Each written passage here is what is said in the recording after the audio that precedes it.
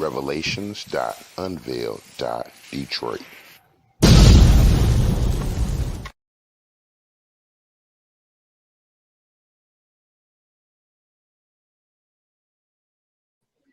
What is up, family? Hello, hello, hello. All praises, all praises, all praises to the heavenly, holy, almighty creator of infinity, eternity, the universe, and all there is. This is Revelations.Unveiled.Detroit. We are back together again, family, convening and converging in this wonderful convocation with this congregation. And once again, family, we are here with our spiritual eyes wide open and our spiritual ears sparked, where we are continually examining spiritually our carnal existence.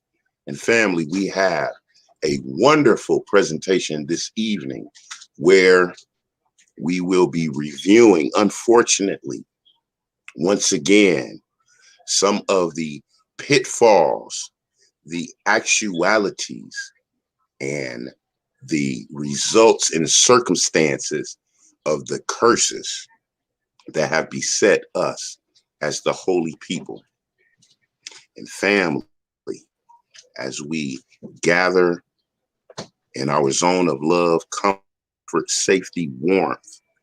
We are here for the spiritual education and edification of the holy hidden nation.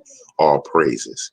And all too often, family, we come under these particular auspices, this wicked enterprise where we are continually examining ourselves as that holy people as we try to navigate these shores on this continent of confusion that we know as Babylon, Sodom, and Egypt, the United States of America. And so tonight we have an esteemed guest, a brother who is joining us from the Metro Detroit area, who will be lending his objective eye as he too will contribute to the spiritual examination of our carnal circumstance. And so, family, we have come to a decision, a verdict, a impasse, a threshold in regards to Brother George Floyd's death at the hands of the wicked race soldier, Derek Chauvin. And it had the nation, the state of Minnesota, and the world on edge as to whether or not justice would prevail. All too many times, family, we know that these events occur unseen, but in this area of media, we also know that we have videos and audios. And even if we do have this visual documented evidence, all too many times circumstances arise where these perpetrators of what we deem to be unjustified murder, brutality, and terrorism are able to get off with the blessings of the judicial system, the greater society, and qualified immunity. And so, family, once again, we will be examining, but this time, and as we continue to call ourselves back into remembrance of our true identity, our true constitution, our true laws, and our orders of operation, we will look at what has befallen one of our young brothers and sisters, and we will give a critical analysis based on what we know to be these horrible curses that were beset upon us before birth due to the disobedience of our forefathers to that holy covenant. And so, family, we will be bringing on Brother Shaft from the Metro Detroit area, where he will hopefully give us a general view of himself, his ideology, philosophy, theology, as we get ready to examine Black death at the hands of the police. So here we go, family. Let me bring my old country looking self back on. Here I am. Hey, family, good evening. And we will be introducing brother. What's up, brother Shaft? How are you doing this evening? It is a pleasure, privilege, and honor for you to come and be here on this wonderful platform of Revelations.Unveiled. Detroit. Thank you for asking. Thank you so much. Oh, my Thank you pleasure. for the extension, man. Absolutely. So you heard the introduction of what we will be covering as a theme: Black death at the hands of the police. And I'm quite sure you are aware of some of these circumstances and episodes within society and within our community more personally. One, brother, give us an overview of yourself very quickly, and then give us an overview of your feeling of these circumstances. And then we're going to dive right into some footage and see if we can get a little bit more discerning as to some of these contexts that we are constantly seeming to be under. Go ahead, brother Shaft. I consider myself a colloquial skeptic. With all of these matters, I tend to want to wait, do the extra 2 steps, to just wait the time it takes for all the information to come in. As hard as that might be, as emotional as I might be, given just the videos that I see up front. The last couple of incidents, like George Floyd, is a non-discussion in my opinion. There's nothing to talk about. You sit on a dude's shoulder blades for 9 minutes. I can point you to Tony Tempa, who had cops sit on his back and kill him while they were laughing at him and making jokes, and just sat on his back. It was clearly his back, and they still killed him. Let alone someone's neck and so-called shoulder blade. There's no discussion there, but these other ones are a little bit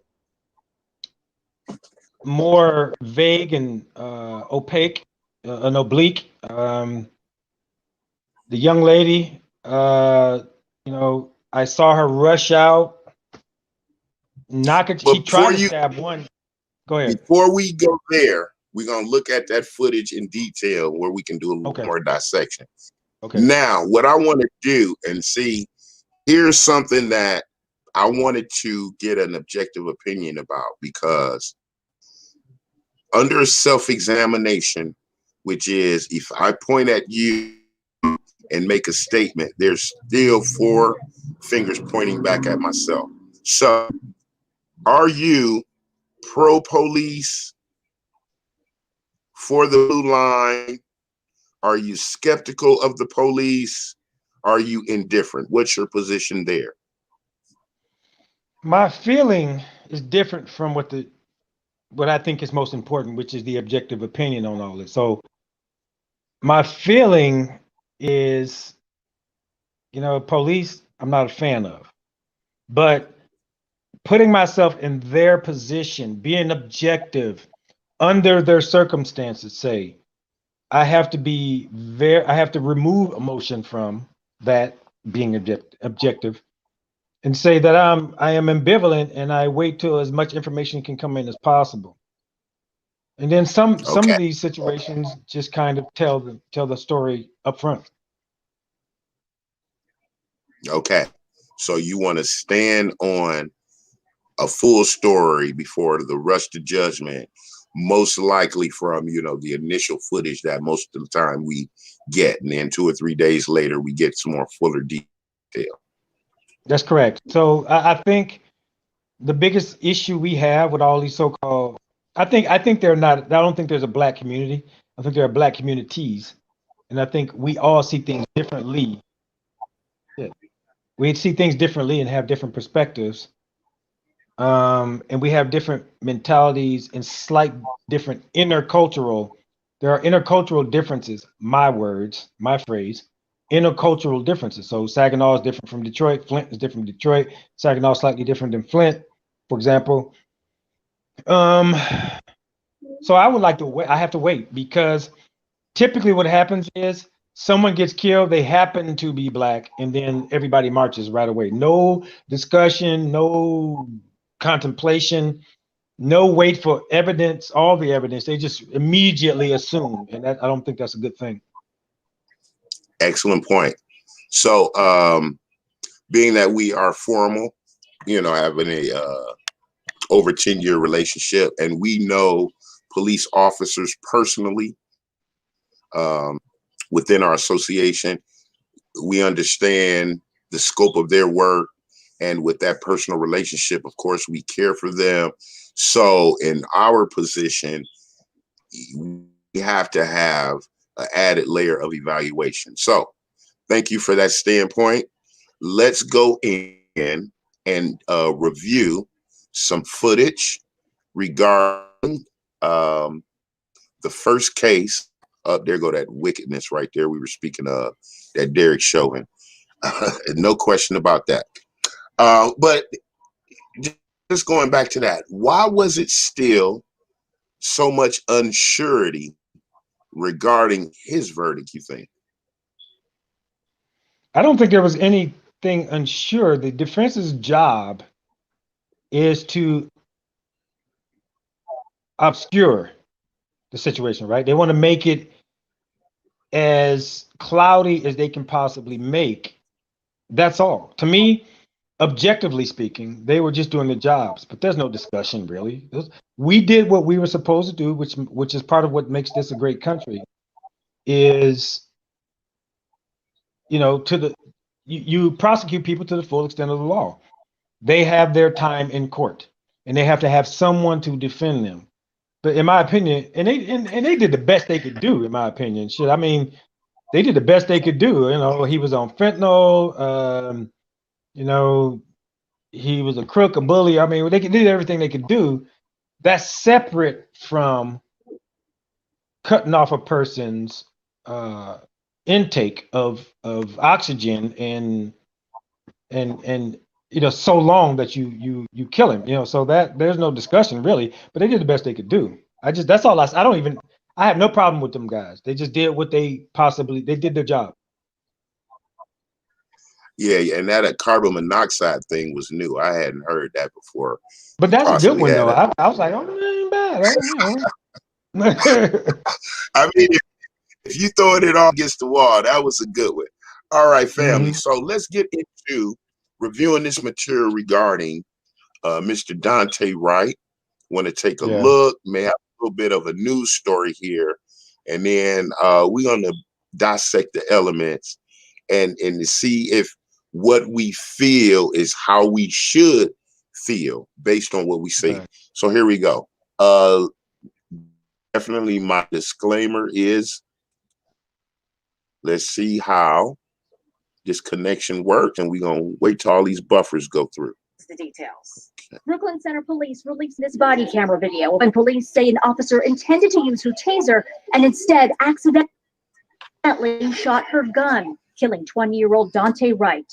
Police say after Wright was stopped for a traffic violation Sunday afternoon, they determined he had an outstanding warrant for a misdemeanor offense. All right, Brother Steve. We got a young brother driving, suspended license. You know how they do. You know how, okay, you drive, they get behind you, lights go on. I know how I feel when them lights go on, that whatever that is, that rush is like, oh Lord, it's the cops.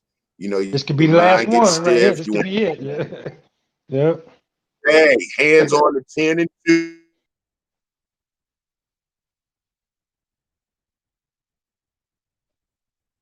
2.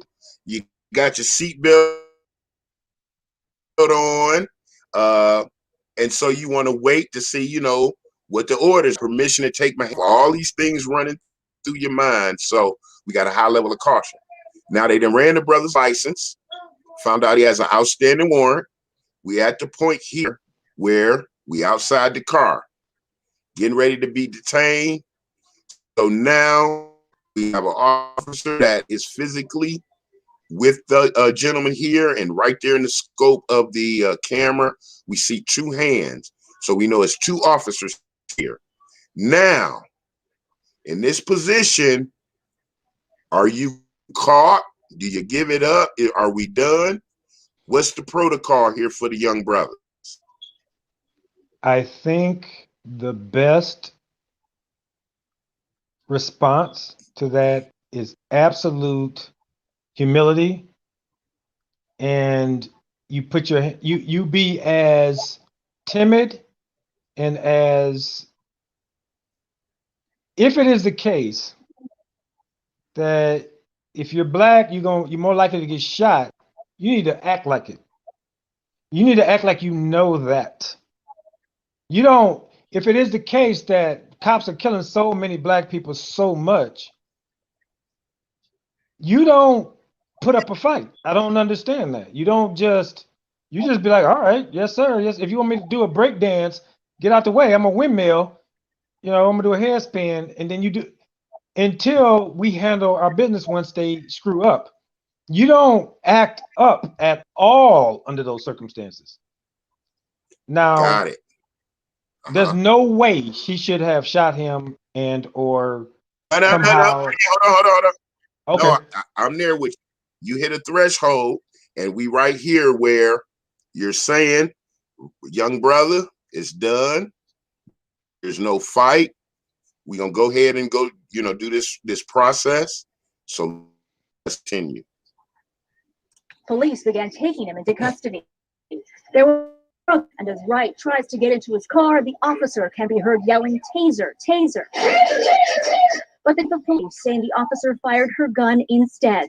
The officer heard saying she just shot him.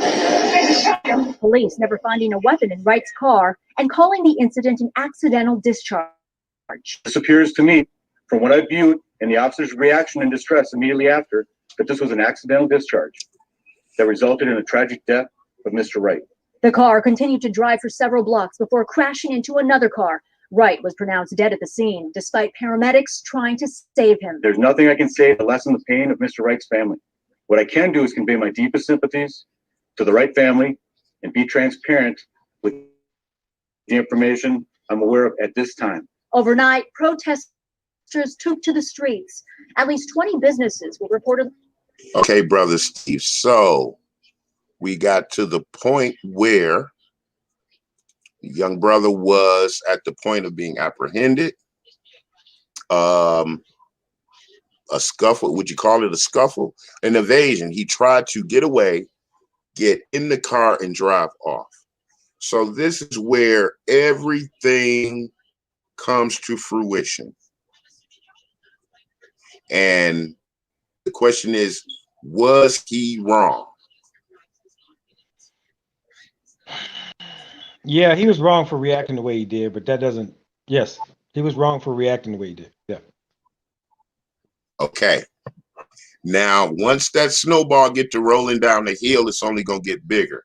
So the precipitation of that act led to all subsequent bad acts thereof. Yeah. Would you agree? Unfortunately, yeah. So, was he in control of that situation? No, of course not. No. You don't think if he simply surrendered that he would still be with us? No, he would be. The what he did was increase the probability, right? The likelihood. And this is the things, this is an area we don't think of so much that it really scares me, that we don't think of likelihoods and probabilities. There's a spectrum in a lot of these areas. He increased the likelihood that something like that might happen. Now, that doesn't mean it's supposed to be happening. That doesn't exonerate the cop or anything like that. But he was calm. He was cool. He was collective. He should have stayed that way. and we wouldn't be having this conversation. At least not about him, probably somebody else probably, but not about him. But he That's where increased. If you're afraid, if you really believe in your mind that cops are going to kill you because you're black and your likelihood is high, you don't do that. You don't trip out. You be like, dog, you do like I did recently. You put your hands on the steering wheel, you have a calm discussion, and I'm trying to live. I'm trying to get out of this. Cool. And it just went fine. And went, whoa, I got more. This is, I mean, the likelihood that you might now, be shot or something will happen. okay, playing devil's advocate. If the fear and adrenaline was running, then I don't know if he was processing rationally. I'm only going to speculate because he tried to jump in the car and he drove off. If you couple that with your statement, if I feel that they're killing young black people, wouldn't that necessitate or spur him to try to run? I mean, these are intermingling. You got the fear aspect. I'm scared of getting arrested. I don't want to go to jail. And they killing black people. So I think I should take my chance and run, which then precipitated. I mean, even if who's to say, even if she tased him, it didn't incapacitate him as he drove off still and could have crashed and the same result happened. I'm just saying, once he, as you said, once that protocol was met where he was surrendered, this isn't he got pulled over, jumped out the car and ran. You know, everything was calm until that exact moment. Should he have been killed? Of course not. Was he responsible for his death? And see, this is where us, the black men, we get in trouble, because in that instance where I asked, was he in control? He was. If he would have just went through the process, who even knows if they would have kept him for a suspended license? But if he would have went in as an inconvenience for 6, 7, 8 hours, he would have been alive. He was in control of that, thereby responsible. And then the lady cop, do you even render a thought of the after effects of the bad act, or we focus directly on that bad act? I don't know. Okay, so this is very good. This is very slippery slope area. This is a tough area. This is not an easy discussion. And that area, once you get to that point, it's very, very difficult. I don't know to the extent he was in control. I don't think, even if you act up and be stupid, that you get a gun pulled and get shot. He did increase the likelihood that would happen. Any accident could happen under the circumstances. So he did increase the likelihood. That doesn't mean that it was absolute one way or the other. But I believe, I don't know, but I believe you're correct. If he would have just went through the process, 8 hours, we wouldn't be having this I agree with that. But I don't know that for sure. So I'm going to say that. The second half of that, it's hard for me to believe that she had no idea what she was doing. It's harder for me to believe that she did it on purpose. What would be the point? Given the circumstances, given the time and the area. I mean, this chick they were like just a couple of miles from where George Floyd was killed. The actual trial in progress. You are right. Right.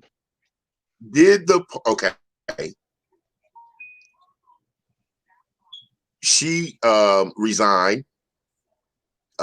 She was forced to move from her residence, and it was barricaded and guarded.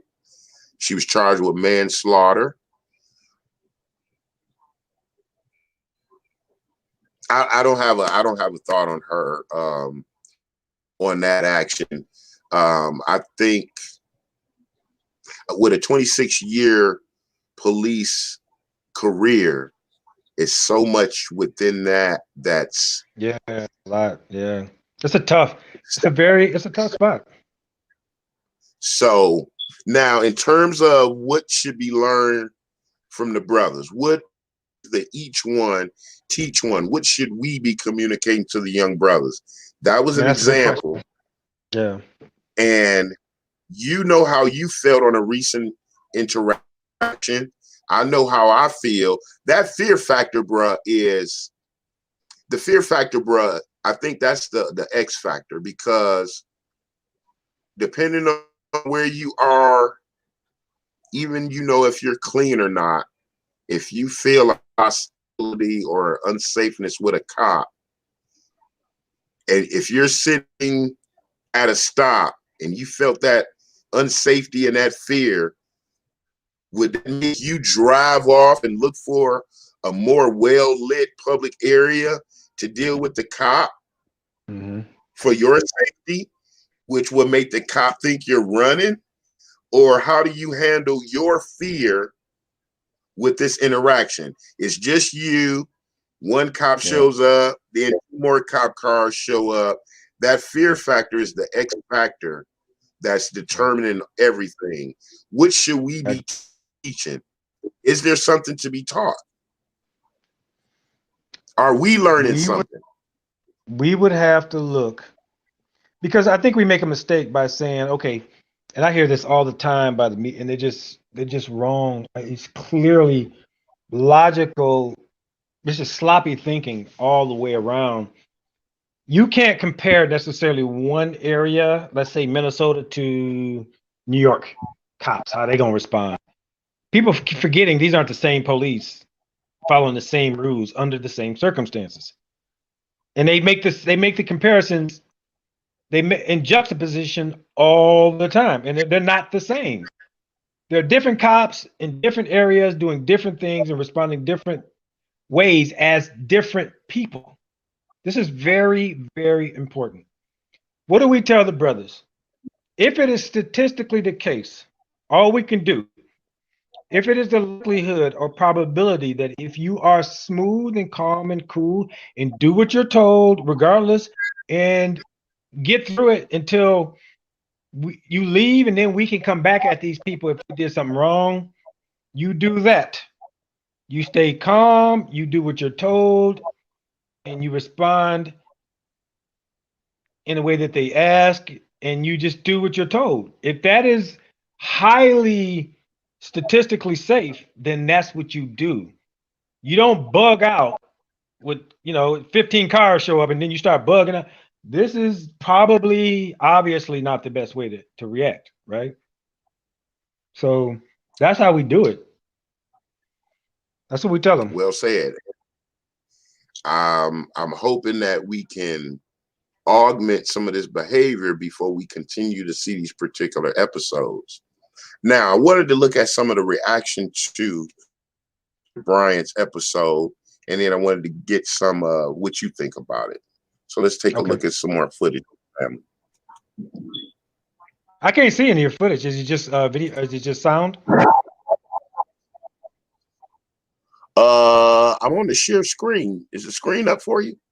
The screen is up. I see 2 chats and a backdrop of looks like Facebook maybe, but no video.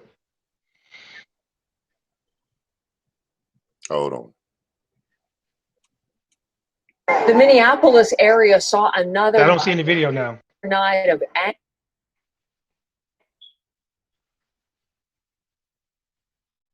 You might want to reduce the chats. I don't know.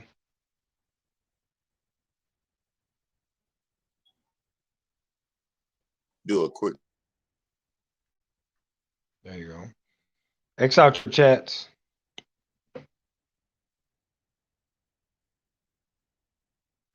Reload.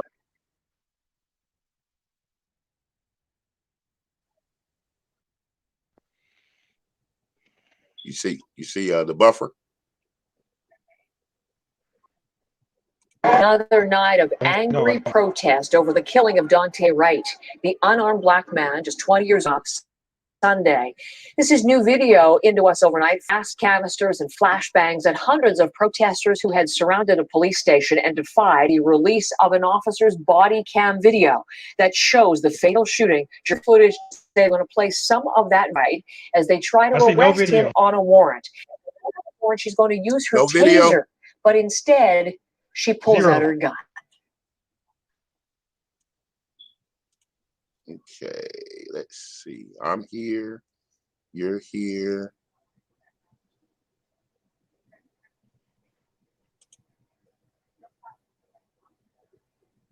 Do a fresh share. Did you hear the audio? Yes, I can hear the audio very well.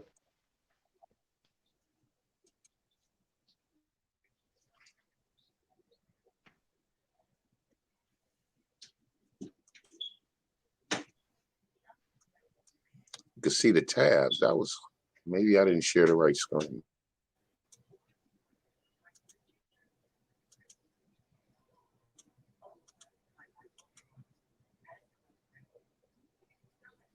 Did that come up? Yes. All right. Better. I see. Yep. Yep. I can see you too. Video now. Another night of angry protest over the killing of Daunte Wright, the unarmed black man, just 20 years old, shot dead by a white police officer during a traffic stop Sunday. This is new video into us overnight from the suburb of Brooklyn Center. Officers firing gas canisters and flashbangs at hundreds of protesters who had surrounded a station and defied a 7 p.m. curfew. The second night of protests follows the release of an officer's body cam video that shows the fatal shooting during that traffic stop. We're going to warn you, it is disturbing footage to say the least. We're going to play some of that video, part of the recording where officers struggle with Daunte Wright as they try to arrest him on a warrant. And one of them warns she's going to use her taser, but instead she pulls out her gun.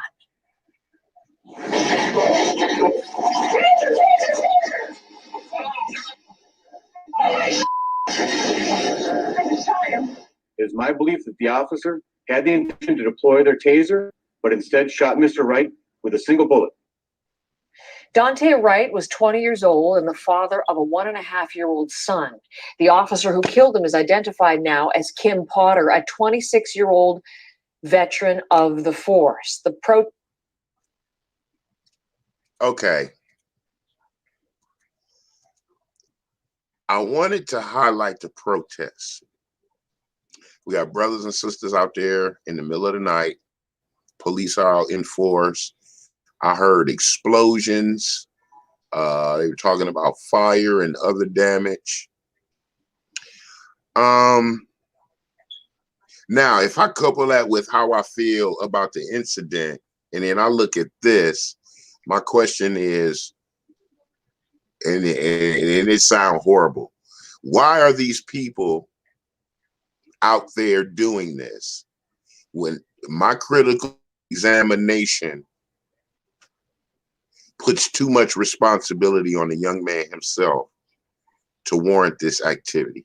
Now, I know I might slide and look like I'm on the coon train platform ready to board, you know, got my tap dance shoes on, you know, my Uncle Ruckus wig. But remember what I said, here we doing a self-examination. You know what I'm saying? Right. Objective. It can only get better if I'm acting better. If I'm not doing wrong, Right. then within that sphere, there's no disorder, or I'm trying to be orderly. This is disorder. Yep. And when you speak of it lending to a characterization, a label, a stereotype, I don't sanction wrong. I don't line up against incorrect behavior. You know what I'm saying?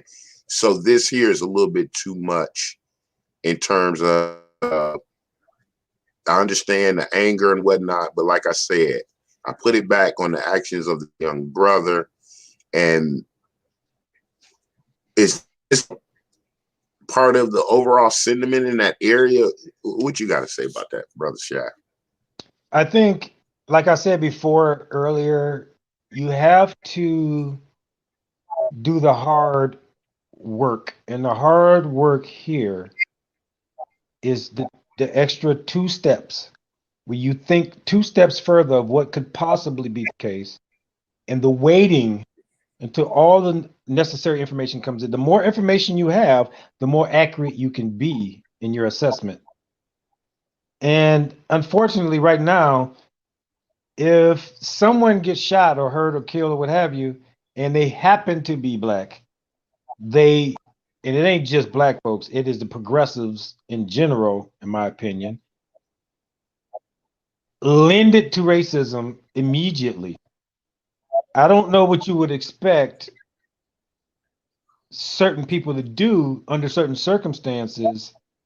Like she was, I mean, this one again is another easy one where you just, how did you mistake your gun for your taser? No one can understand. But at the same time, why would she do it? Like, what's the point of it all? So she screwed up in a huge screw up. But at the same time, if it is the case that, you know, everybody's so afraid that the cops are going to kill you if you're Black, you stand at attention. You stand, yes sir, sir, yes sir, until it's over with. Then you go get your family, a lawyer, or whatever, come back if they screwed up, if they made some mistakes. But your first action, your most important priority is to stay alive. If it is the case All that right. there's this kind of epidemic, or is it epidemic, then you stay alive. For sure, first and foremost.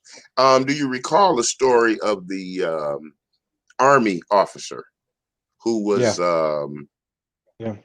All right. Now, I pose that similar scenario to you where the gentleman didn't feel safe and he drove, they said, a mile in excess to a highly lit gas station. And then that's where we picked up the video where he was encountering the police. We saw there that the brother was being cooperative, right? Well, within that, okay, what's the well?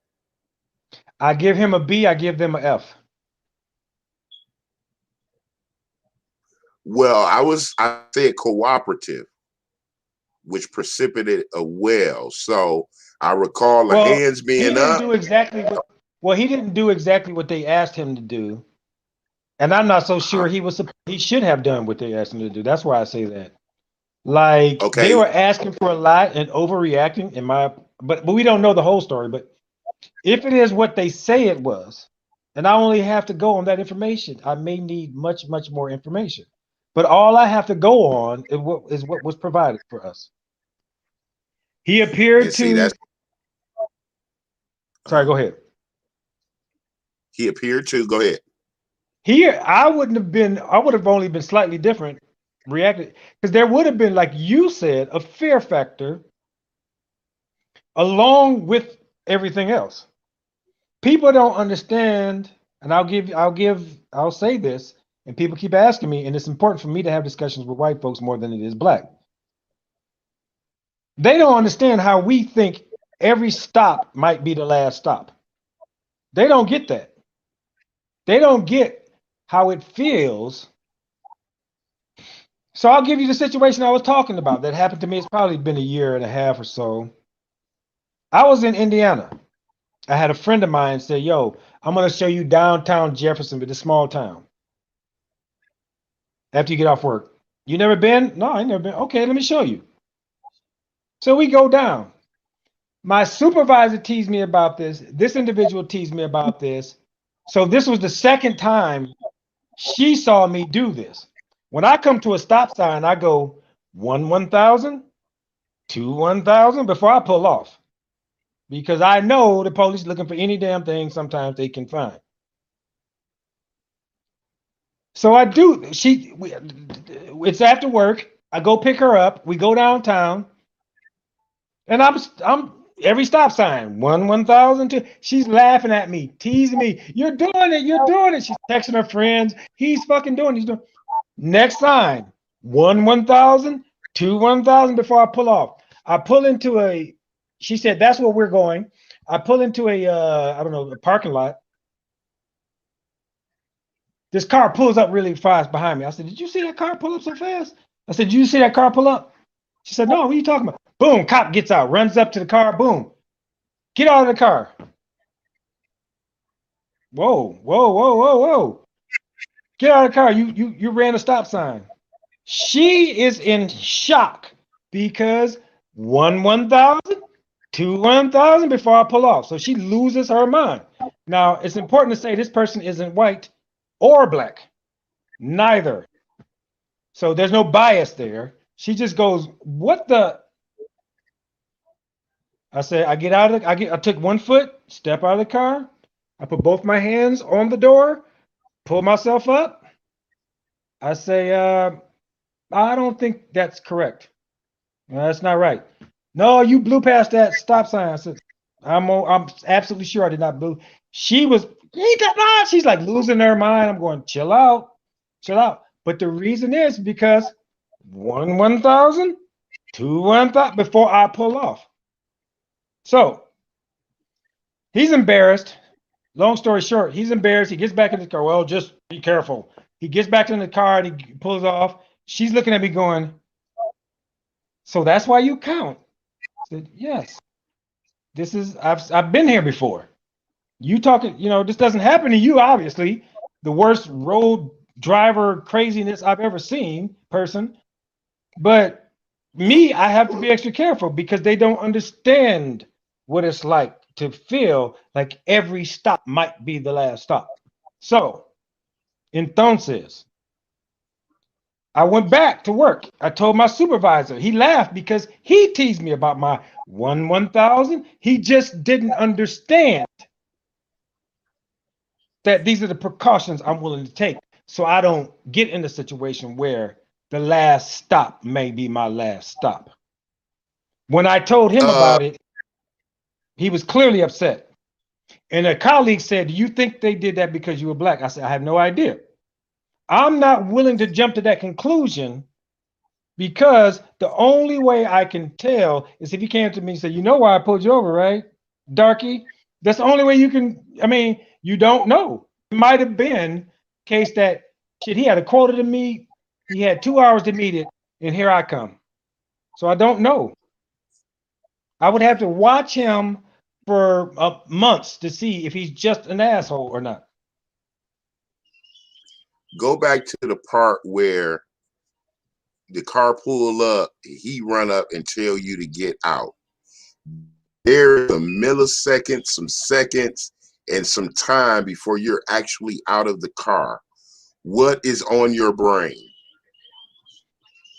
On my mind was get out of the car. I really didn't think much because everything happened so fast. I really didn't think much, but I tell you what I didn't think. I'm a wig out. Like, why the fuck you pulling me over, Mr. Officer, man? That didn't happen. That didn't cross my mind. You know what I'm saying? Did you feel unsafe? Yes. Ooh. Did you feel like he was a public servant to you? Was he reasonable? I don't know if he wasn't illing or nothing for the most part. He wasn't illing. He didn't like have his hand on his gun and like acting like I just robbed a bank or nothing. But I talked him out of giving me a ticket. Like he was like, okay, you probably, all right, but just be safe. He gave up. He lost the argument, if you will. I was more worried about my friend's interaction with, don't get me shot, chick, That's what I'm wondering, if her being there was a convincing factor, or did she cause? And you know what? That's another factor. A lady being with you and she gets mode while you trying to be calm, you'll be the one that's shot. Could be. So you think her insight has changed on that? I think once I looked at her and said, hey, relax, and she did,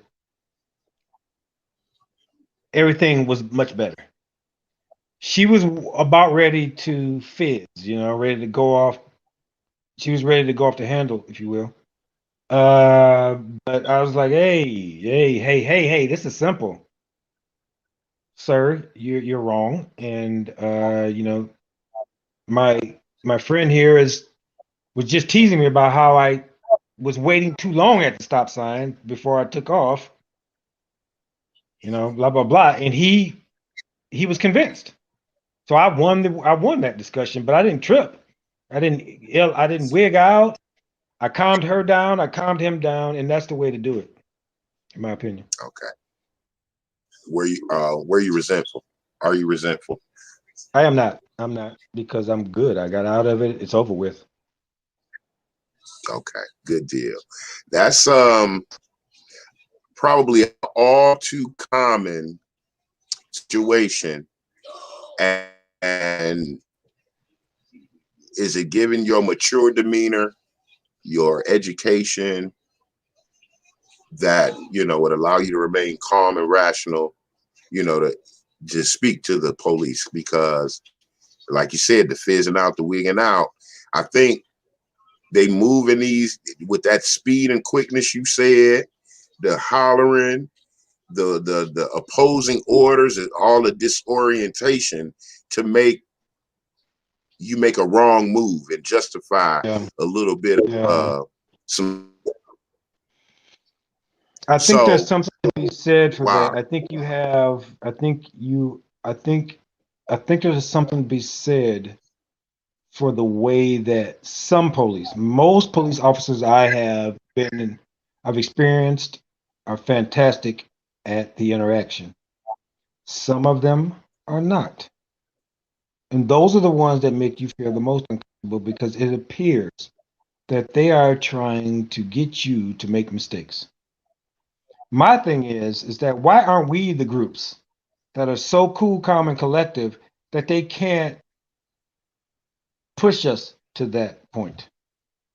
That's not what I've been seeing lately on video. I'm not saying that's always the case, but I don't see that. I see a lot of raw, especially with the younger kids, who I think, we'll talk about that later. Like these younger kids, man, they just got a different mentality than we grew up with, and I have a perspective on it.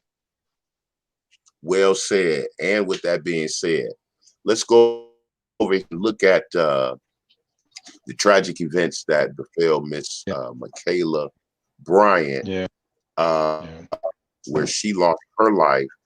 And this was another one of those scenarios where we have to discern some of these elements. So here we go, fam. Let's take this. Again with the slippery slope. Yeah.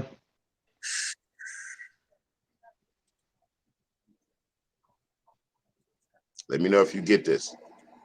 I'm seeing it. What's going on? What's going on? Hey, get down!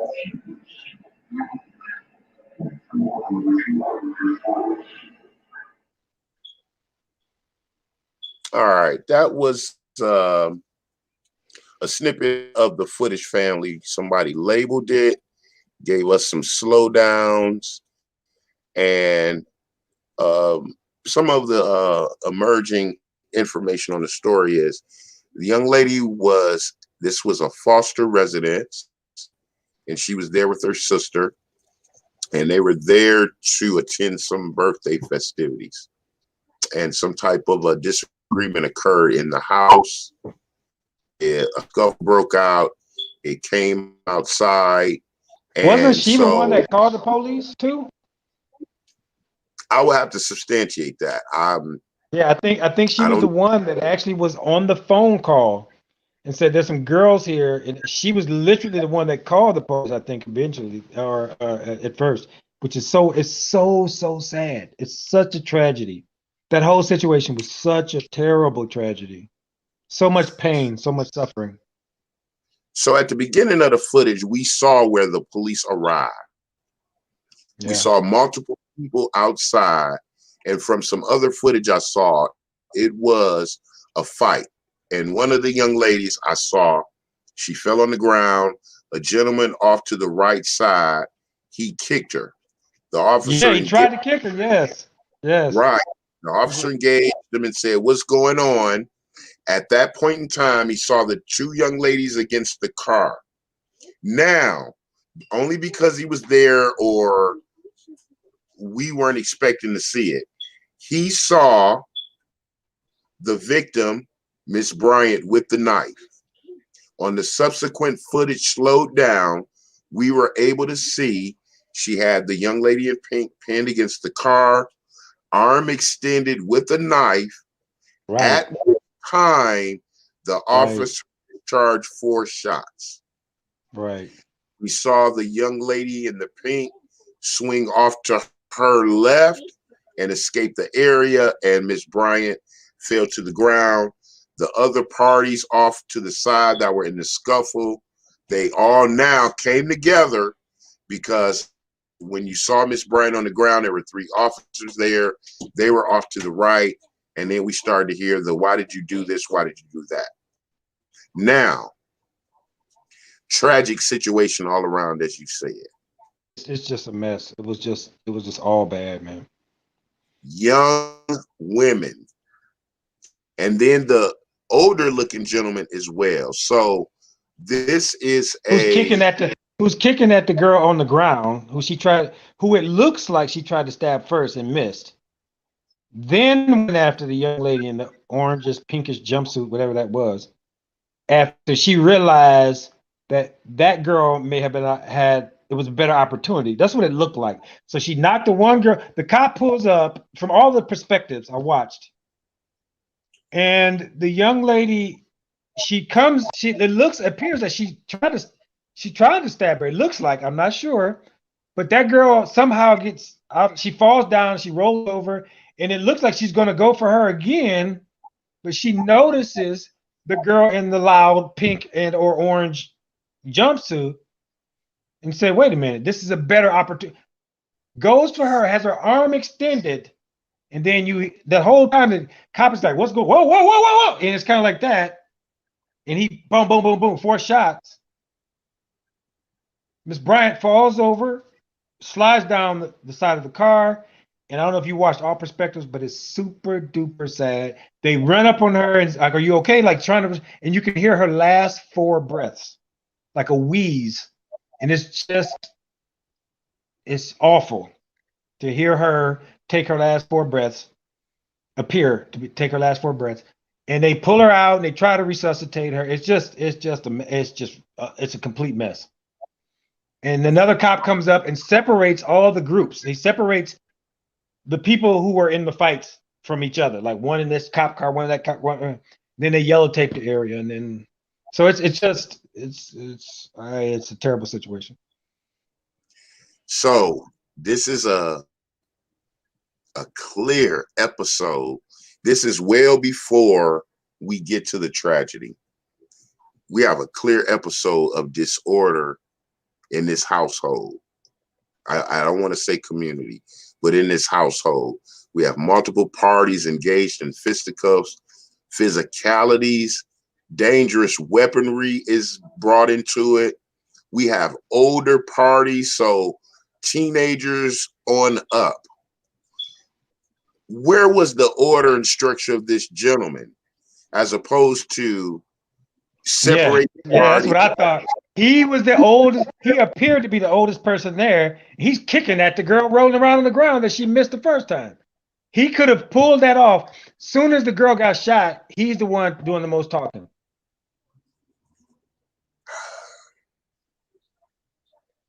Okay. I agree. The Miss Bryant. I don't know who was defending themselves or the instigator. We don't know if Miss Bryant was the one they were was under attack. Right. And you know how that particular point in life is, okay, I got away from my attacker.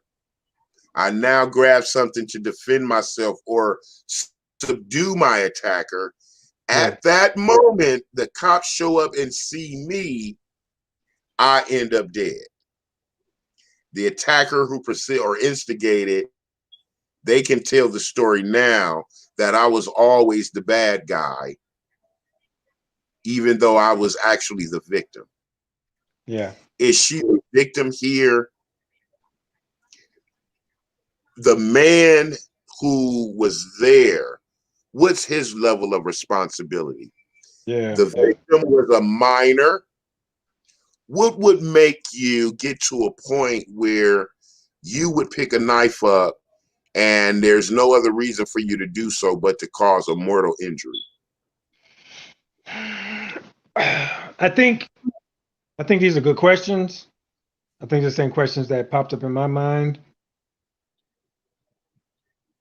It appears, and there's more information to come in, so I don't know for sure. As far as I know, Miss Bryant was the one that called the police. Miss Bryant, that was her area, so that she lived in that area. Those girls were visiting. Those girls were opposing her. Somehow she thought it to grab a knife and go after them. That's all we know. I'm sure there's much, much more to learn so that we know the whole story. So I don't know. But that was the trip about that. That was the irony of the situation where she was the one that called the police and they came and killed her. Also, like you said, the guy who was doing the most talking, of course, was the one trying to kick the other girl. He was part of that situation, to say the least. Right? He's implicit.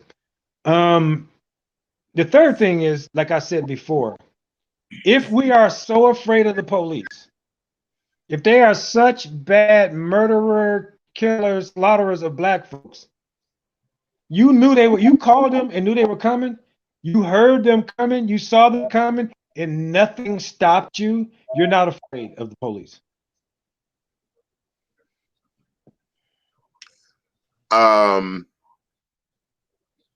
What's the correction here? Learning curve. If it was me and you, if I pulled a knife and the police came, blip, I would have dropped it so quick. Sir, I don't know what the hell's going on. Did she even know the police were there? This was in the heat of now. Understand now.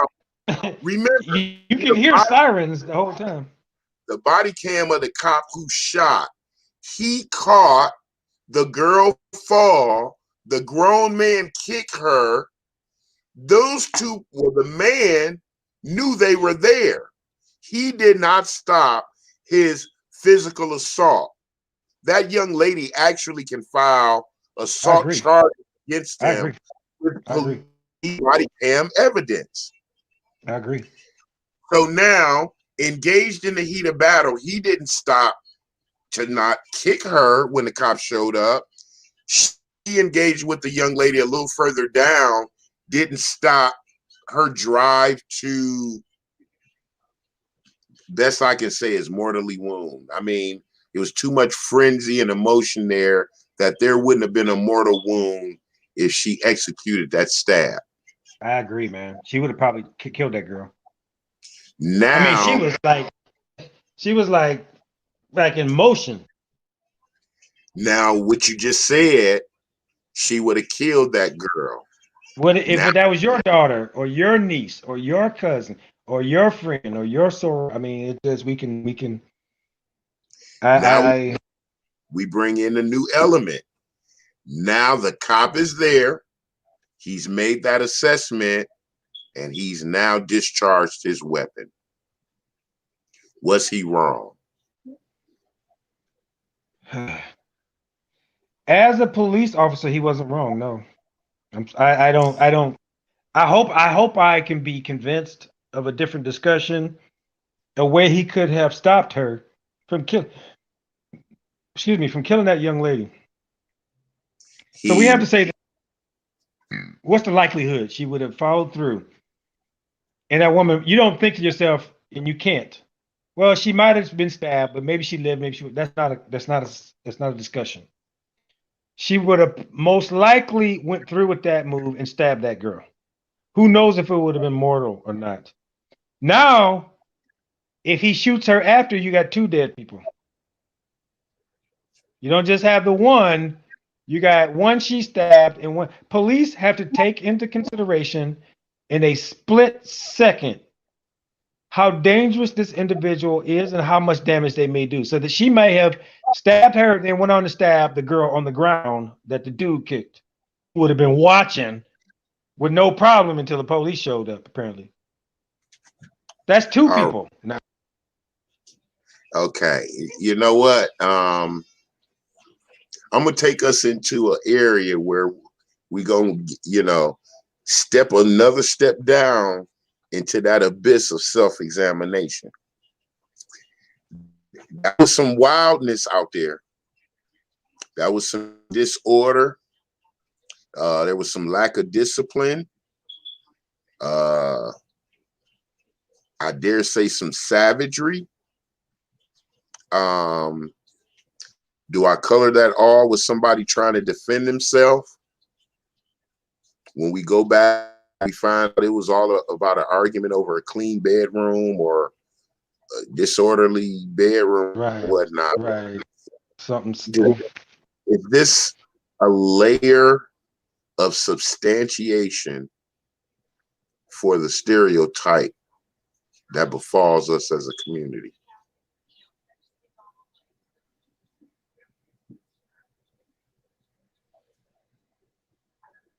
I don't believe there's a community. I believe there are communities. There's no black community. There are communities. If you like, there are black communities, but there's no black community. There are many people that would have responded like that on a black side, on either of those cases where you call the police and then you're the one with a knife as they arrive, because police are the most evil people on earth and kill black people for fun. You go get a knife. You go outside in front of spectators and you try to kill the people that are. This is antithetical to the Black Lives Matter movement, in my opinion. And I don't believe there's anything good about saying, well, there's a black community. It's bull. That is nonsense. Like I said in the beginning, we are all different and there's overlap in culture, intercultural, my phrase, intercultural differences within, let's say, a group. Let's say Black Americans, my Black United Stations, the Black US, Black people. United States. That's my phrase. The BUS, the bus. That's us, the descendant of captives in America.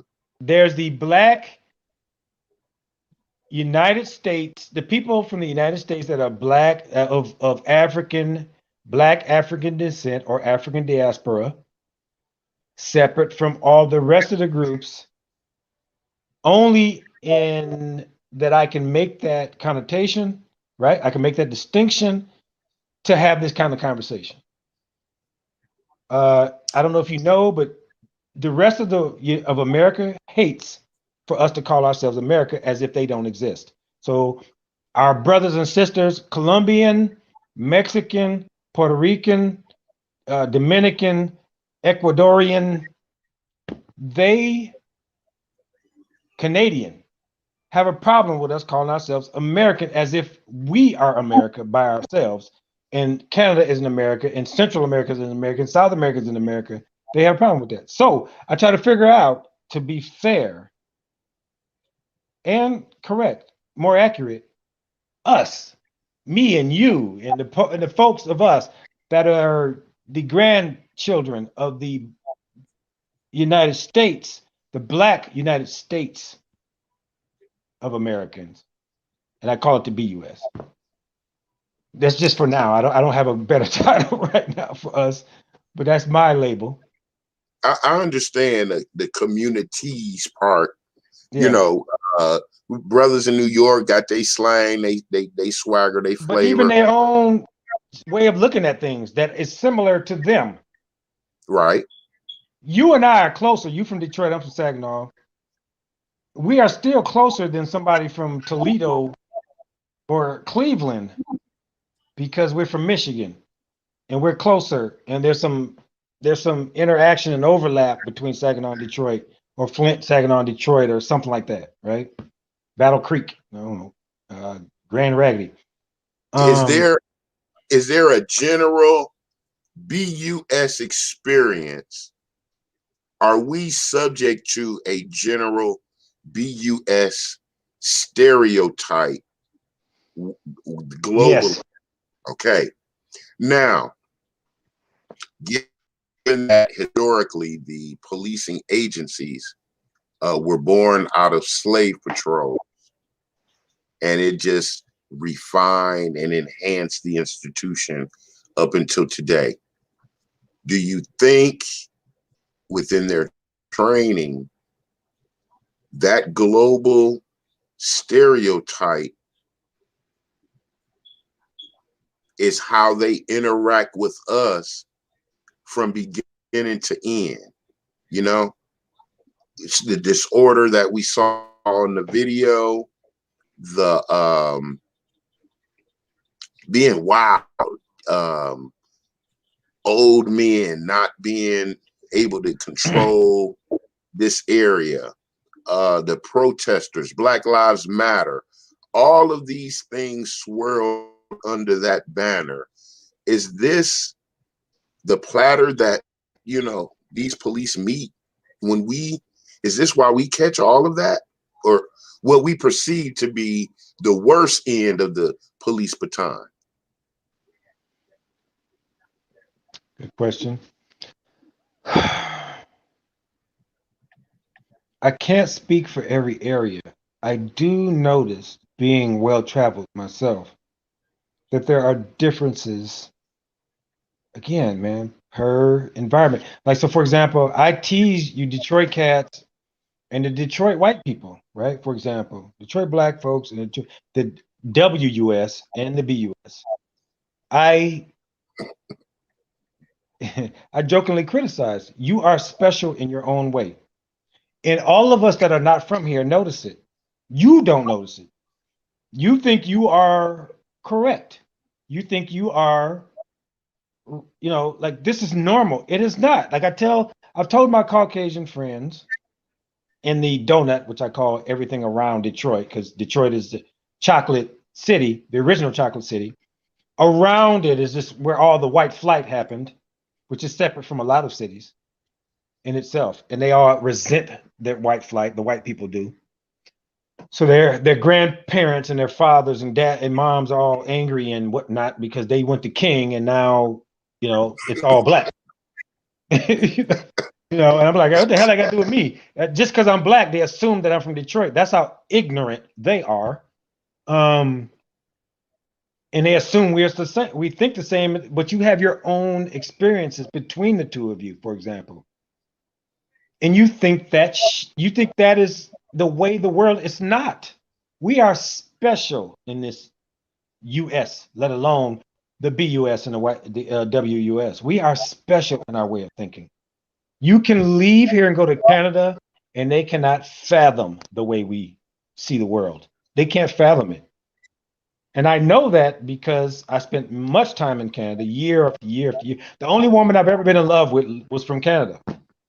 And the first job out of college when we graduated, Rampage, was I was a Canadian. It was a Canadian company. I spent tons of time in Canada, and I was shocked how they sound like us, but it was a different culture, totally different culture. We are unique and are The brothers in necessarily. Say it again. I'm sorry. You talking about the brothers in Canada, the All the interaction people in between the Canada, Canada. all the people in Canada, including the black folks. So when people tell me what they think black is, which is a travesty, which is just ignorant. There's no such thing really. You would have to separate, let's say Nigerians, for example. We can make an argument that they are blacker than us, say, right? They're from Africa and they are less mixed than we are, right? The average black person is 15 to 25% Caucasoid, right? Or some in native mix. Alien. And right. Demon. But that makes us who we are, though. I don't agree with that. That makes us who we are. That's why we're fantastic. But anyway, and but they don't come here speaking like us, talking like us, speaking the same language. None of that. How is it black? What we say is black, but it doesn't apply to Nigerians who are blacker than us. It can't be the case. Nor can it be the case against Canadians, Trinidadians, Jamaicans. But they don't look at us and go, "Oh, that's the epitome of blackness. Let's change our culture to be like the BUS." That's not how it works. This is just ours. This is our stuff.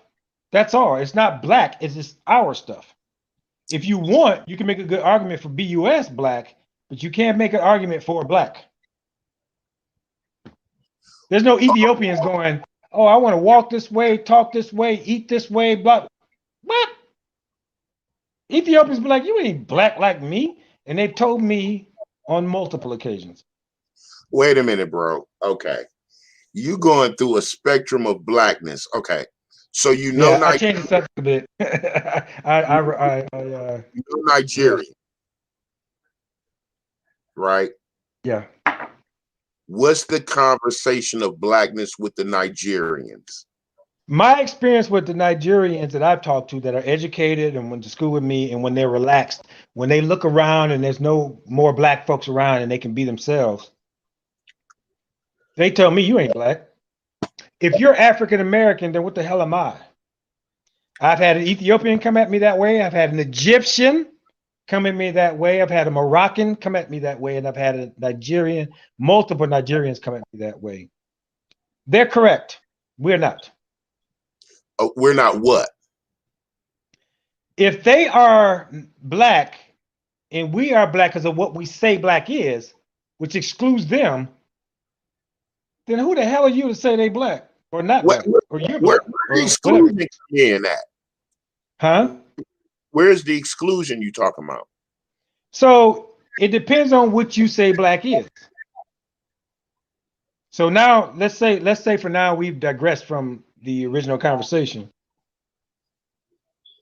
No, if you say you take in, okay, my fear, which is a lot of brothers' fear. Okay. We under this progressive dynamic and spirit, all this openness and this let everything come in and kumbaya. And my one lone opinion, crazy, strange, weird as it is, that's why I wanted to get your political philosophy. I'm independent conservative. So a lot of this progressive things on that agenda don't vibe with me. I'm uncomfortable with this increasing visualization of these police actions. It just, over the years, bro, it spears in your soul. And I understand that, but let me ask you this. I'm sorry. Yeah. I guess I'm an independent because I don't have any political association. So I guess that makes me independent. I'm not a conservative or a liberal either. A waste of time nomenclatures, in my opinion. How many black Nigerians have you seen go through this, what we've been seeing and going through in this country? How many of these people Of all these people we've seen in the last year or two that's been killed and shot in the back and blah, blah, blah, how many of them are African? I'm not talking about black. I'm not talking about the BUS. I'm talking about Nigerian, Congo, Ivory Coast, South African, Ethiopian. What's the one Non-BUS. above it? What's, yeah, exactly. Okay. You know what? Okay. When the Moroccan, the Egyptian, the Ethiopian And they ain't told you, black necessarily, right? okay, well, when they tell you you ain't black, when you say No, black, African. They don't say black, they say African. They're not African. they say you're not African. Yeah, they say you, they talking about us. When they say me, they mean us. Okay. So we not African. Are we claiming that? Right. Now, I don't claim it. I was like, I was like, you preaching to the choir, chick, but whatever, man. You know, Okay. I think they're So, on firm ground. okay. So now that's a distinction. We're not African. I don't feel that way. I was agree. covering that blanket term black when it was like, you ain't black. So I was going to say, well, what is black? I have had, well, okay, fair enough. I have actually had black Africans tell me I'm not black. And what was that regard? I think they believe that because we don't have a tribe speak whatever 15 languages they speak and are born, because we are racist, most of the world is cultural and we don't have an African culture. So I think for them, African is black, black is African, blah, blah, blah. When we start saying we're African and or black, they make the distinction. So I kind of get it. I'm not sure I agree, but I kind of get it. So what are we to them? I've been called white twice by Africans. The non-whitest human being of the BUS among. And that's what black folks told me my whole life, you know. Okay. You throw some change ups and some curves and some sliders. Right. Okay. You ain't had that conversation, huh? How come I'm the only one that has these weird conversations with these people from other countries that no one ever has? Chinese, Just Europeans. that's all. More well traveled.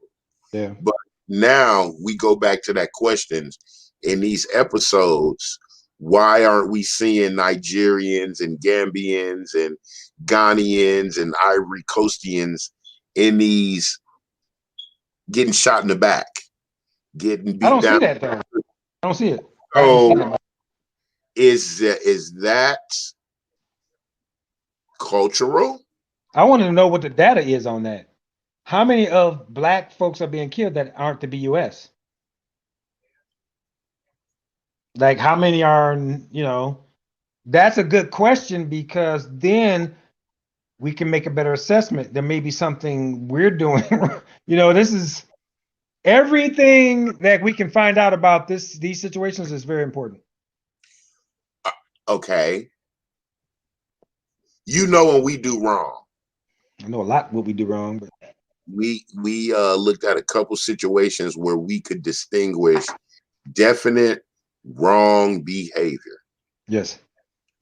Does that send the police gods Right.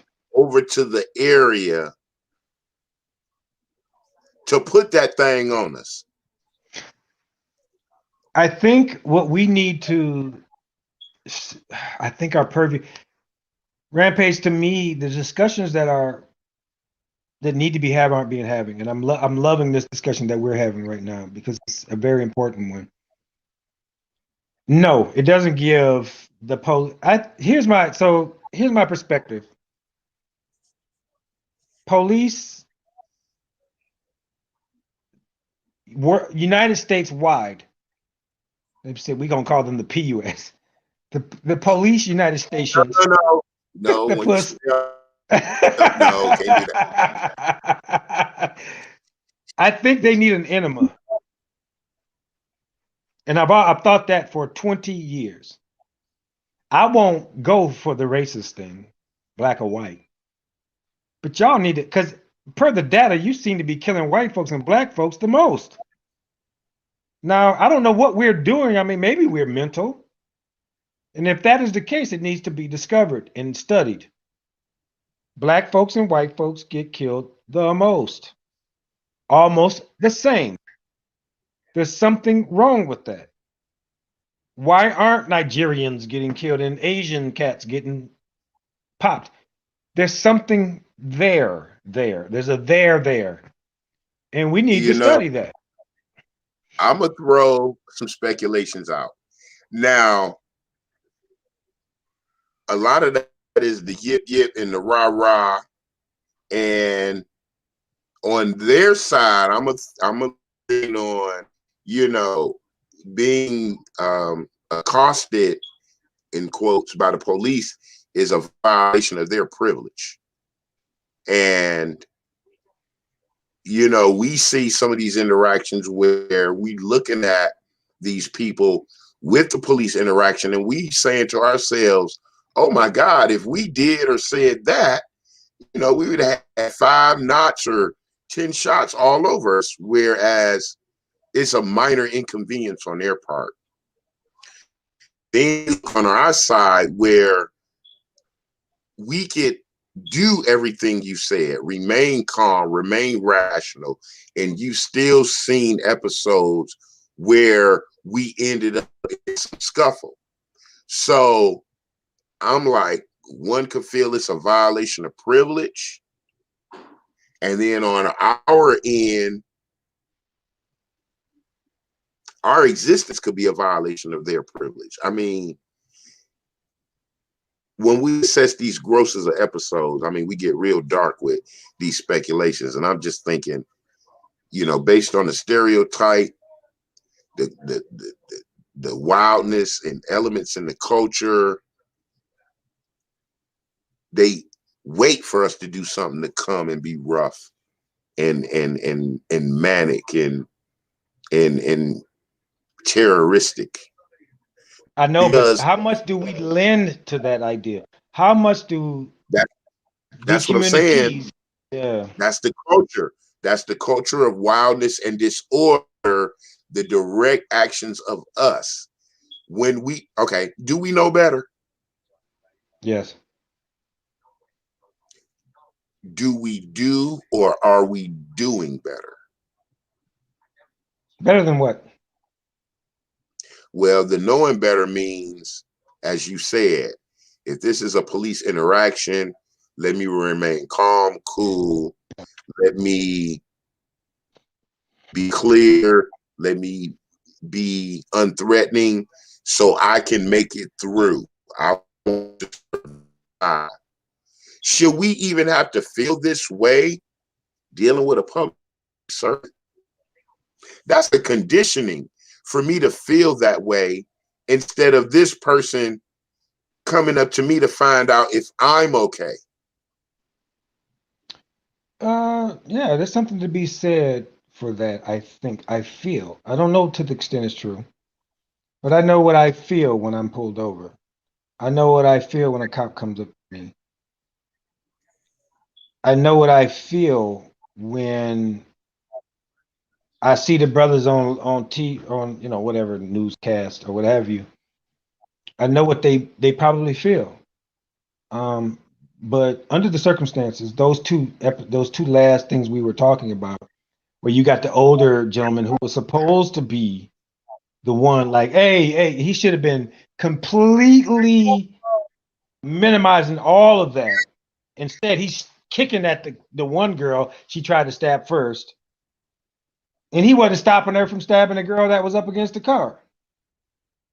Then when the young lady gets shot, which is super duper sad, when I heard her take her last breath, and I've been there when someone's taken their last breath before, after getting shot in the head. These things you never forget. These aren't the things you ever want to hear. We also must have compassion for the individual, the police in this situation, who has a half a second to make a decision. and he chose to save that girl's life. And you know what? We would be derelict and totally subjective. Let's give, okay, me and you right now, we done put our cop hats on and the uniform and badge. Right now, we are cops from Detroit. to the extent we can be, because there's more, right? Okay, well, we cops now. So now, Okay. as best we put on the cop mind, I'm gonna start with the Army guy, right? So we cops. Right. Yes, sir. Now I'm gonna go off the ignorant motivation that we out here serving and protecting. Okay, I'm not gonna incorporate no agenda. You know how I feel. So we see this nice. Well, we see this Tahoe. We don't see the tag and the license plate where it should be. We flash the guy. We expect him to pull over, right? He don't pull over. I'm looking at you, Brother Shaft. He not pulling over. Now, we not in no high-speed chase, but he's driving. We're flashing. So now we follow him to 1.5 miles, the gas station. We get out. We don't know who's in this vehicle. So our caution level is there. Now, how do we engage this? We know how it played out. They got out with the guns, this, do that, hands up, da da da da da da, and his hands were up.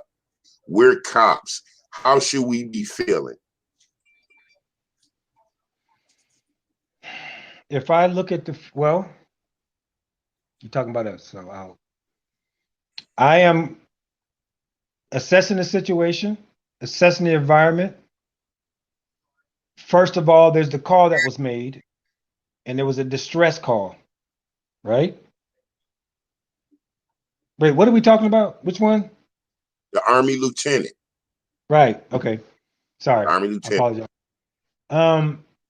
He had some, I think he bought a new truck or something, right? The tags weren't on the truck, something like that. Right.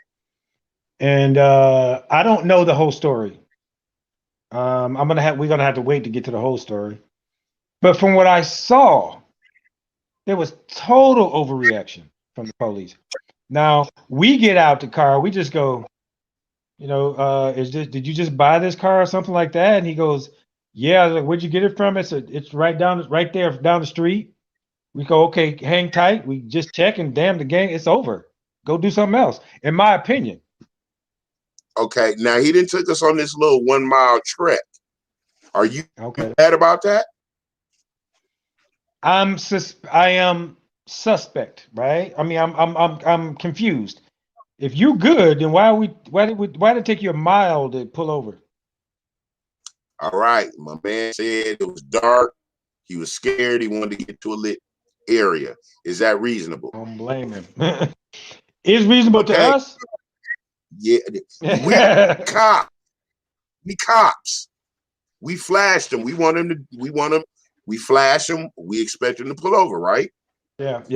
So I guess not. Not to them, it wasn't reasonable. So now we at the gas station with the brother. You going to the passenger? I'm going to the driver. Do I need my gun out?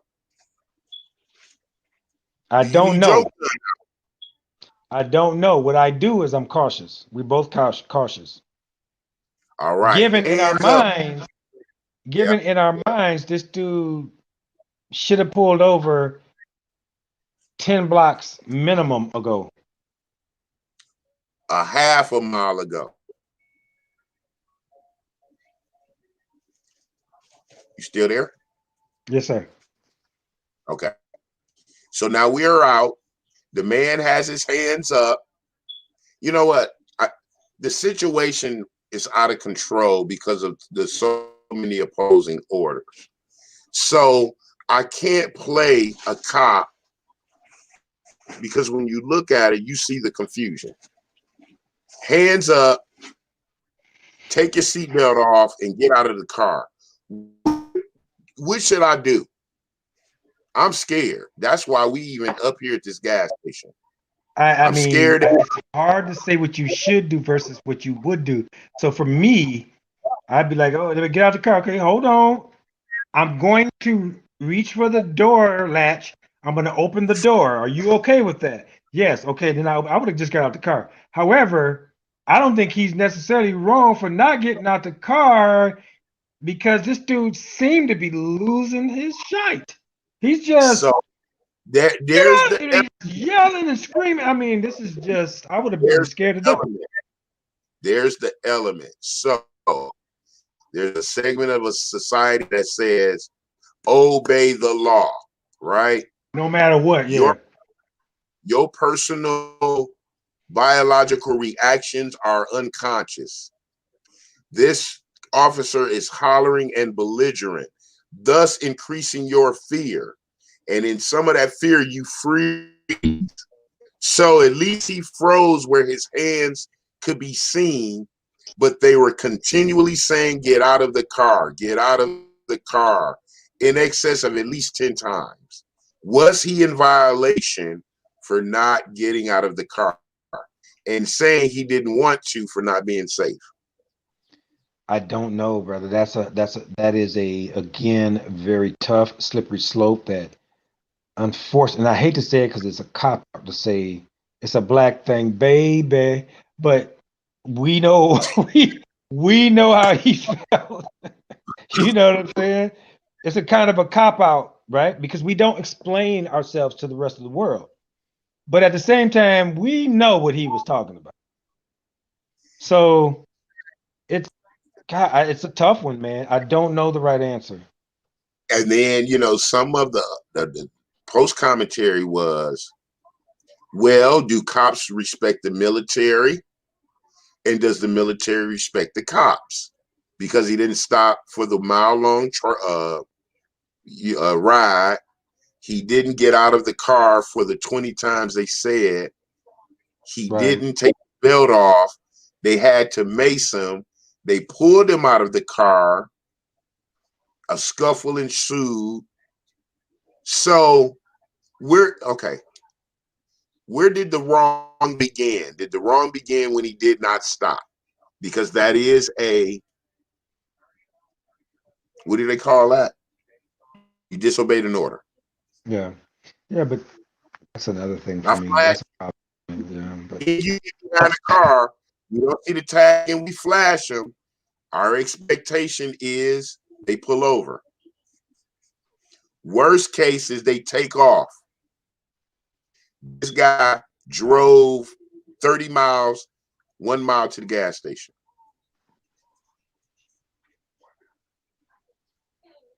yeah, it's a toughie, man. It's just this one. I don't have a good answer for you, brother. This one is really tough. Like if you're the police, though, yes, he was wrong. If you're John Q. Public, You scared. you scared to death. Like what the hell, man? What did I? You don't even know what you did wrong yet. The lights go all off, and they got that really bright light flashing, which I hate. Get out of the car. His Yeah. guns. Did he have his gun out? And they get the mile. Well, they get the mile away, and then they're pissed off by that time. So they get out with the, get out. And I'm like, oh, there's no way.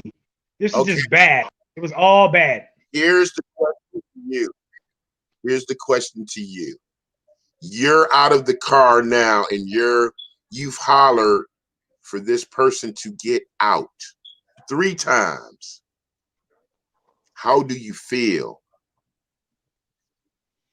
If I'm a cop, I'm angry. In my mind, the police, you think you give someone the command they're supposed to abide, which I don't necessarily agree with, but they abide by that command. And the dude was like, I gave you an order, which is just, and to me, just drives me nuts. You don't give people orders. Who you think you are? But in his mind, he gave an order. People are supposed to respond to the order in the way that he wants them to respond to the order. Damn, know what's going on in the world. And the dude overreacted, in my opinion, overreacted. It's an extremely messy situation every Oh time my now. God. We saw, okay. The cop was out of order. I think he was. The officer was operating out of fear. We But can't that say, doesn't mean he was correct. That doesn't mean he was right. oh my, see, let's go back Okay. to Daunte. He was Right. against the car, ready to be handcuffed.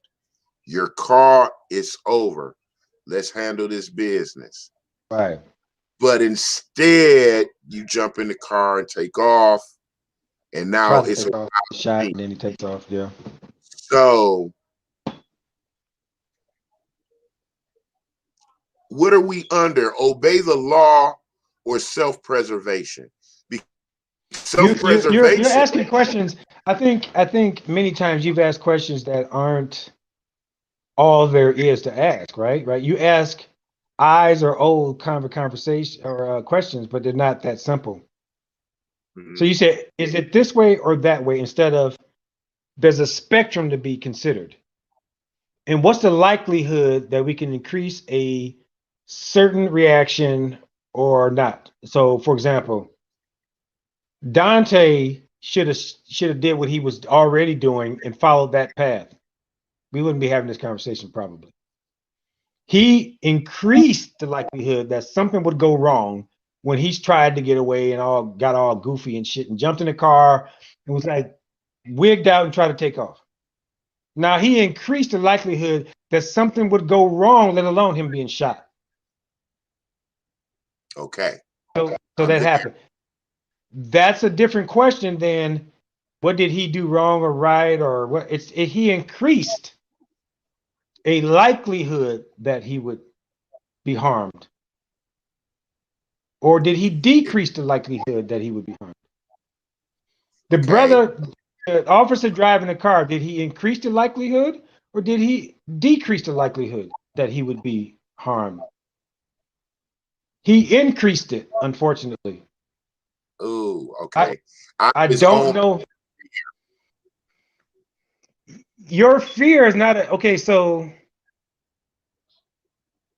your fear is not an answer to a situation like so. If you're afraid, because again, I'm gonna be honest with you. Most of these movements, I'm fine with respect to how they march. You have the right. I think we should do it every 2 weeks. Shit, about something. However, I didn't agree because per the data, cops seem to be killing black folks and white folks at the same pace. So why is it that you march when black folks are killed, but you don't march when white folks? The reason is white folks don't speak up. They don't make a deal. When white folks look at other white folks and go, well, you shouldn't have been doing that. Black folks go, well, he happened to be black. Damn that. Let's burn some shit up. This is a totally different response to similar issues. If the data says, and you knew the data, we're creating fear amongst each other a lot. I'm not sure whether it's right or wrong. You made a simple statement. Would these protests decrease, fizzle out if we directly, as the BUS, as you call it, recognize, hey, he was just wrong, and like he increased the likelihood that something would happen being wrong, right? Well, I don't know about. Well, yeah. I think we should ask to the extent he was wrong, not just that he was wrong, because it suggests that you only have two answers. He was right or he was wrong. And that's not necessarily the case. When you talk about likelihoods and probability, it's on a spectrum and a scale. This is very important to understand. It might have been the case that chick wouldn't have pulled. If he didn't do that, she would have never tried to reach for a taser or whatever and shoot the dude. If he would just, well, it's nothing. I'm going back to get my car. We can take him to jail, blah, blah, blah. Then he'd get a lawyer and his mom and his aunt or whomever. They would have came up there, hopefully been intelligent and responsible and rational and kicked ass. But that's not what happened. He didn't give them an opportunity to do that. He did absolutely everything wrong to increase the probability that there would be harm toward him. He did everything you would tell your son not to do under the same circumstance. We're talking about the flame to the fuse moment. The flame to the fuse moment for the brother was he didn't pull over. For the Army guy, he didn't pull over initially, increasing the likelihood, like you said, despite the fear. Yeah. In the KhiaBryant situation, it was just disorder all around. Yeah. Did the police have a responsibility? I'm looking at that right now. I'm looking at that right now, and she's right here right now. I'm looking at the freeze frame right now on my TV, and she's like this. With that girl in the pink or orange or whatever that is, I mean, she's just going to gut her like a fish. That's what it looks like. I'm right here looking at it right now.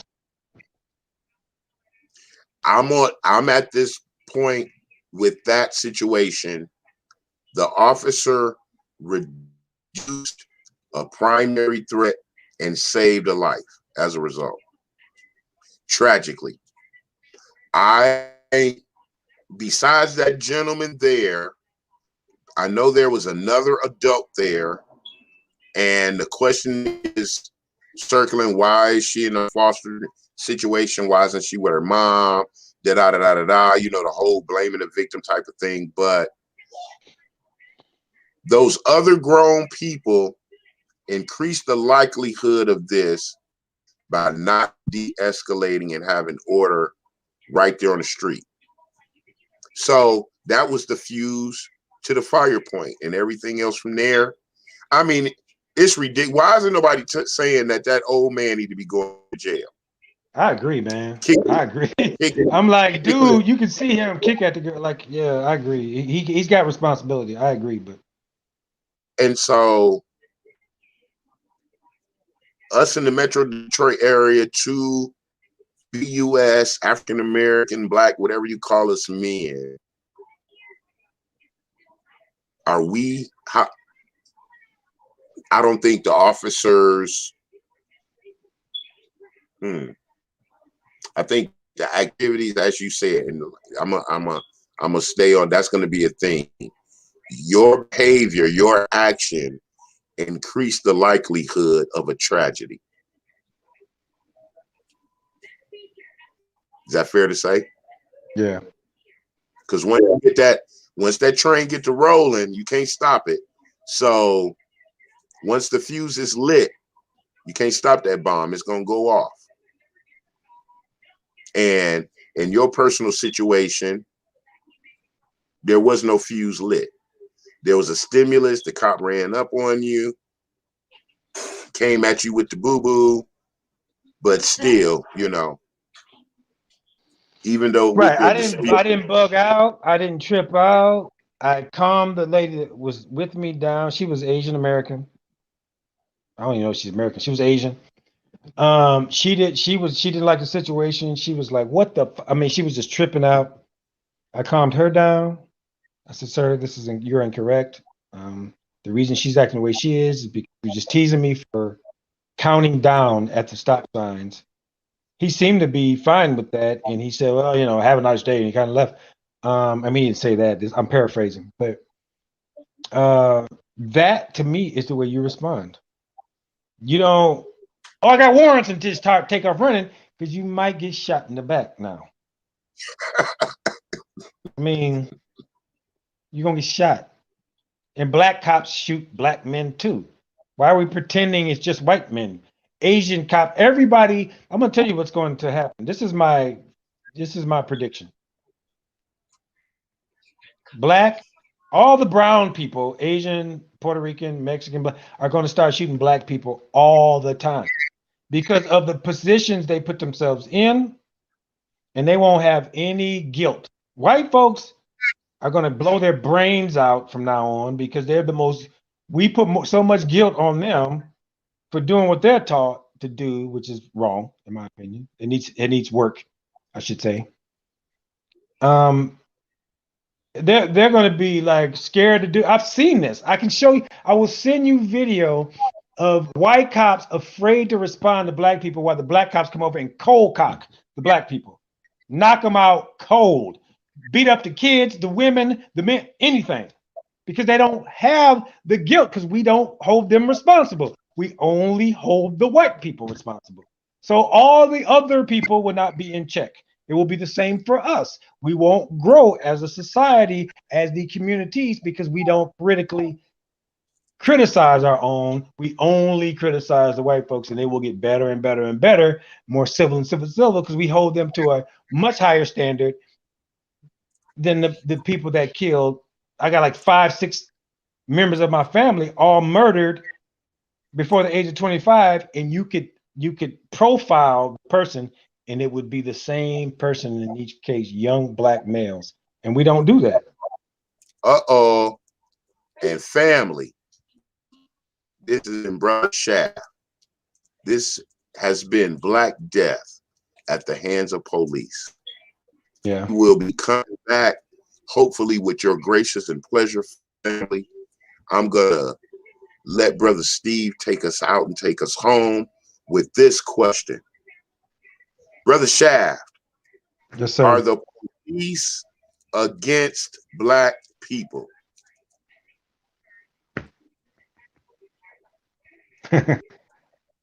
I don't know.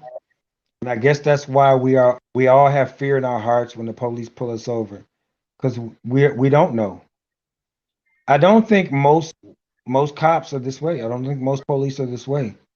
I don't think most police think, I'm gonna pull some black person over and I intend to hurt them or what have you. But when black people get pulled over, especially the young ones, and we can have another discussion about how spoiled our generation, these new generations are. They're the most privileged kids on earth ever, I might add. But I think there's a lot of conversation to be had. There's a lot of variables that we're not having conversation about. And we don't understand the police, and they don't understand us. And I don't have a good answer for you. That was an excellent answer. Excellent answer. So hopefully, one thing came hopefully for a future show, if you would be so kind as to bless us again with your presence. Snitching, telling in the community. So we're gonna get some information on that, and we are going to continue, family, with our own personal critical analysis of our community self-behavior. No more pointing the finger out. We will be pointing the finger at ourselves. In the great words of Brother Michael Jackson, I'm starting with the man in the mirror. We are too great a people to be suffering the torments, the detriments, the socio-political status that we are currently in. There are too many brothers, there's too many brothers like yourself with the intellectual threshold and capacity of critical thought. You need to be exposed.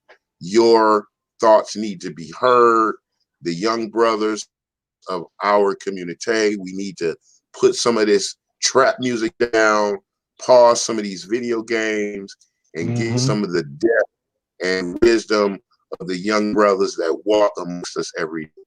So family, we will return. We will be back again for more critical review, analysis, love, care, compassion, and concern.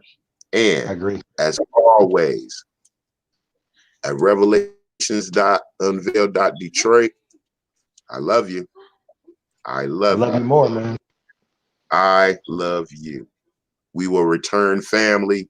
Thank you for your audience. Thank you for your ear. We shall return. All praises.